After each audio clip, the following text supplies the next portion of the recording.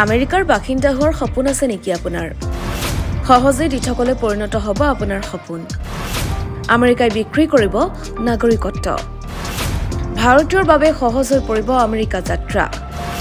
ঘোষণা কৰিছে আমেৰিকাৰ ৰাষ্ট্ৰপতি ডোনাল্ড ট্ৰাম্পে। আমেৰিকাৰ পৰা বহিষ্কাৰ কৰা হৈছে অবৈধ অনুপ্ৰৱেশকাৰী। আপোনাৰ বাৰু সপোন আছে নেকি আমেৰিকাৰ স্থায়ী বাসিন্দা হোৱাৰ? এতিয়া সহজ হৈ পৰিব আমেৰিকাৰ বাসিন্দা হোৱা। আমেৰিকা বিক্ৰী কৰিব নাগৰিকত্ব। জংকী পথেৰে প্ৰৱেশ কৰা সাধাৰণ ভাৰতীয়ৰ বাবে সহজ হৈ পৰিব যাত্ৰা। গোল্ড কাৰ্ড ভিছা প্ৰগ্ৰেম আৰম্ভ কৰাৰ কথা ঘোষণা কৰিছে আমেৰিকাৰ ৰাষ্ট্ৰপতি ডোনাল্ড ট্ৰাম্পে।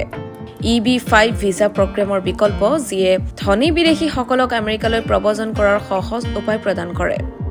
ইয়াৰ ফলত আমেৰিকা চৰকাৰৰ ৰাজহ বৃদ্ধি পাব বুলি আশা কৰা হৈছে। আমেৰিকাই বিক্ৰী কৰিব নাগৰিকত্ব। আমেৰিকাৰ ৰাষ্ট্ৰপতি ডোনাল্ড ট্ৰাম্পে এনে এটা পৰিকল্পনা লৈ আহিছে যাৰ ফলত আমেৰিকাৰ নাগৰিকত্ব লাভ কৰাটো সহজ হৈ পৰিব। অৱশ্যে এইটো কেৱল তেওঁলোকৰ বাবেহে হ'ব যিসকলৰ হাতত ভাল পৰিমাণৰ ধন আছে।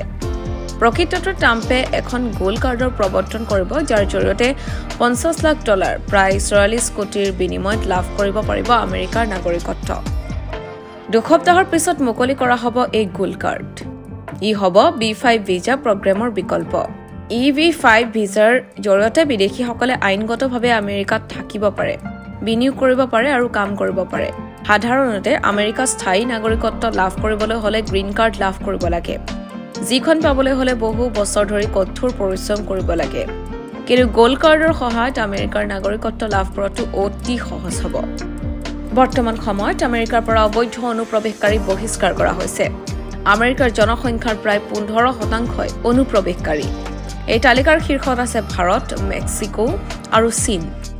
বিশ্বাস কৰা হয় যে আমেৰিকাৰ 3% জনসংখ্যা অবৈধ অনুপ্ৰৱেশকাৰীৰে গঠিত। ভাৰতৰ পৰা বৃহৎ সংখ্যক লোকে ডংকি পথেৰে বা অবৈধভাৱে আমেৰিকাত প্ৰৱেশ কৰে।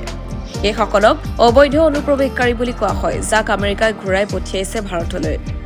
আমেৰিকাত 7 পৰা 8 লাখ ভাৰতীয় অবৈধ অনুপ্ৰৱেশকাৰীয়ে বাস কৰে। টকা উপাৰ্জন কৰিবলৈ বৃহৎ সংখ্যক ভাৰতীয়ই এজেণ্টৰ জৰিয়তে অবৈধভাৱে আমেৰিকাত প্ৰৱেশ কৰে। ইয়াৰ বাবে তেওঁলোকে 50 লাখৰ পৰা 1 কোটি টকা খৰচ কৰে। কিন্তু গোল্ড কাৰ্ড পালেও তেওঁলোকৰ আমেৰিকালৈ যোৱাৰ পথ সহজ নহ'ব। কাৰণ গোল্ড কাৰ্ড পাবলৈ হ'লে তেওঁলোকে $50 লাখ অৰ্থাৎ আমেৰিকাত প্ৰায় 44 কোটি টকা বিনিয়োগ কৰিব লাগিব। News desk report, the Custodian plus.